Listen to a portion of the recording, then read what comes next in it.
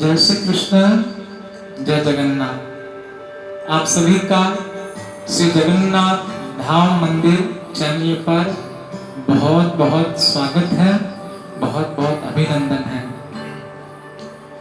जैसा कि आपको पहले से मालूम है कि हमने एक नियम बनाया है श्री गणेश चतुर्थी से कि हम 5 मिनट हमारे हरि भक्तों को, श्री ठाकुर जी के भक्तों को श्री जगन्नाथ जी की पवित्र कथा सुनाने का संकल्प लिया है। प्रतिदिन 5 मिनट हम ठाकुर जी की कथा को हरि भक्तों को श्रवण कराएंगे। हमारे ठाकुर जी का प्रेम विशेष श्रीमद् भागवत पर है। श्री जगन्नाथ भगवान कैसे प्रकट हुए, चलिए कुछ क्षणों में हम समझते हैं, सुनते हैं।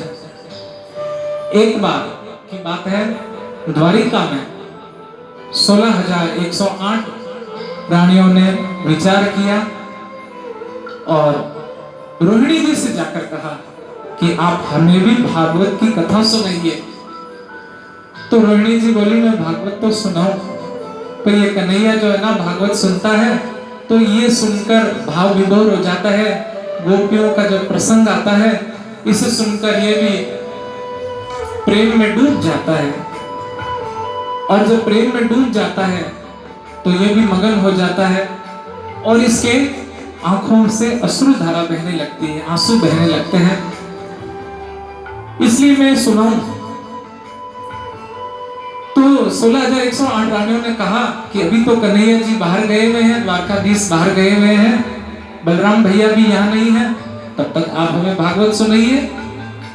तो उसी समय मैया रोहिणी ने भागवत कथा को सुनाना शुरू किया। सभी 16,108 रानियां विराजमान हो गई और जो ही कथा शुरू हुई, जो ही भागवत शुरू हुई, उसी समय हमारे कन्हैया जी, हमारे श्री ठाकुर जी महाराज पधार गए। क्योंकि भगवान का संकल्प है, जहां जहां श्रीमद् भागवत की कथा होती है वहां पर भगवान जरूर जरूर पधार जाता है।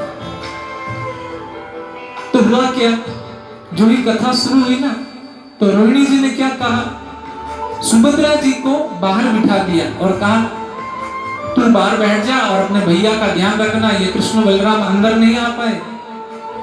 अब सुभद्रा जी बहन जो है बाहर बैठी है और उसी समय कन्हैया जी आ गए और अपनी बहन से पूछा तू बाहर क्यों बैठी। तो सुभद्रा ने कहा भैया अंदर कथा चल रही है। तो कहा अच्छा अंदर कथा चल रही है तो मैं भी जाऊं अंदर। पर सुभद्रा जी ने रोक दिया कृष्ण और बलराम भैया को। अब ठाकुर जी तो भागवत सुनने के लिए लालायित रहते हैं। अंदर क्या कथा रोहिणी जी सुना रही है, मैया सुना रही है, मैं सुनूं तो सही। तो भगवान ने क्या किया, अपने कान जो है भागवत कथा सुनने के लिए दीवार से लगा दिए। ठाकुर जी को कान लगाते हुए सुनते हुए देखा तो बलराम भैया ने भी अपने कान लगा लिए भागवत को सुनने के लिए। और दोनों भाई जब कान लगाते हुए देखा तो सुभद्रा जी ने भी अपना कान भागवत सुनने के लिए लगा लिया और भागवत को सुन रहे थे। सुनते सुनते तीनों ही भाई बहन का, कृष्ण, बलराम और सुभद्रा जी का शरीर पिघलने लगा और प्रेम की उस पराकाष्ठा में तीनों डूब गए। तीनों के हाथ फैलने लगे, आंखें बड़ी बड़ी होने लगी, पूरा शरीर जो है पिघलने लगा।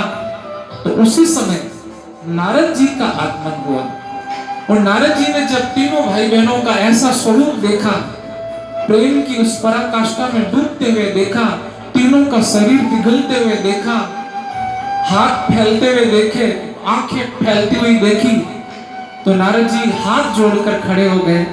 नारद जी ने कहा हे प्रभु, हे कृष्ण, हे बलराम, हे सुभद्रा मैया, आपका ऐसा स्वरूप आज जैसे आप मुझे दर्शन दे रहे हो, ठीक ऐसा ही दर्शन जब कलयुग आए तो आप सभी हरि भक्तों को देते रहे। तो इसीलिए भगवान ने श्री जगन्नाथ का स्वरूप धारण किया। भगवान ने इस परम सुंदर स्वरूप को धारण किया और कलयुग में भगवान जगन्नाथ जी प्रकट हुए।